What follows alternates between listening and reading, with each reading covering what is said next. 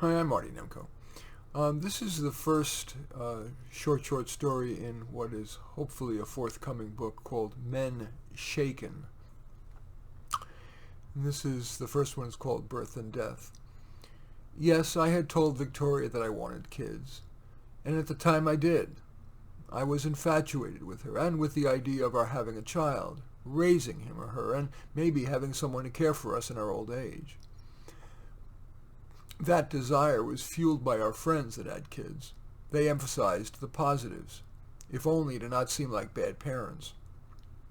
And of course, our grandparents were eager for grandkids. But then worries started to intrude. Bye-bye freedom. Waking up in the middle of the night, fighting with the kid about homework. Will I even be a good parent? My job isn't that secure. Can we afford to have a baby? And what if our baby isn't born normal? I decided not to say any of that to Vicky. I could just imagine her reaction. What? You said you wanted a baby, so what do you want me to do now? Get an abortion? No! I could picture her screaming, then crying, then miserable through her pregnancy and probably forever, not to mention resenting me for tainting her motherhood.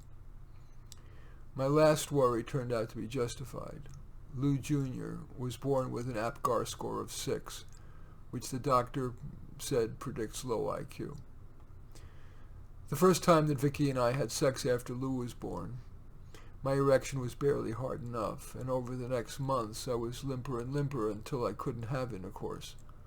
In frustration, I guess, Victoria said, "You're doing this to punish me." Of course I didn't. And I got so angry that I did something I thought I'd never do. I slapped her in the face, hard. Even in retrospect, I sort of feel she kind of deserved it, but I do recognize that hitting a woman is strictly verboten. In the next months, we didn't even try to have sex, and our relationship declined further. So sex was no longer our balm for life's problems, and on top of our regular problems, there was Lou, who was difficult, low IQ or not. He was what Victoria called fussy, and I thought a nightmare. And yes, once when Lou was already 6 months old and was up yelling half the night, and at 3 a.m. when I finally got back to bed after trying to calm him, unsuccessfully as usual, I actually said it. You know, Vicky, Lou is a nightmare. She seethed. That hurts me more than even your slap, much more. A month later, Vicky expanded on a Lorena Bobbitt. She poisoned my dinner, and then, with the help of my electric saw, cut me up, threw me down the garbage disposal, and got away with it. She simply told the cops that I had gone for a walk and never came back. The investigation turned up nothing, so the cops assumed it probably was just another case of somebody walking out on a spouse, and they tossed the case into the cold case file.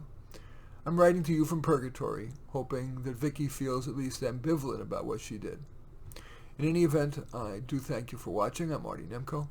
That story is called Birth and Death. I welcome your thumbs up and accept your thumbs down.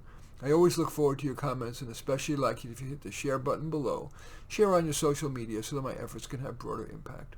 And I am flattered if you choose to subscribe to my channel, which historically has been my self-help advice around career, relationships, money, the meaning of life, but increasingly has been my short stories and my piano playing. Anyway, I do thank you for watching. I'm Marty Nemko.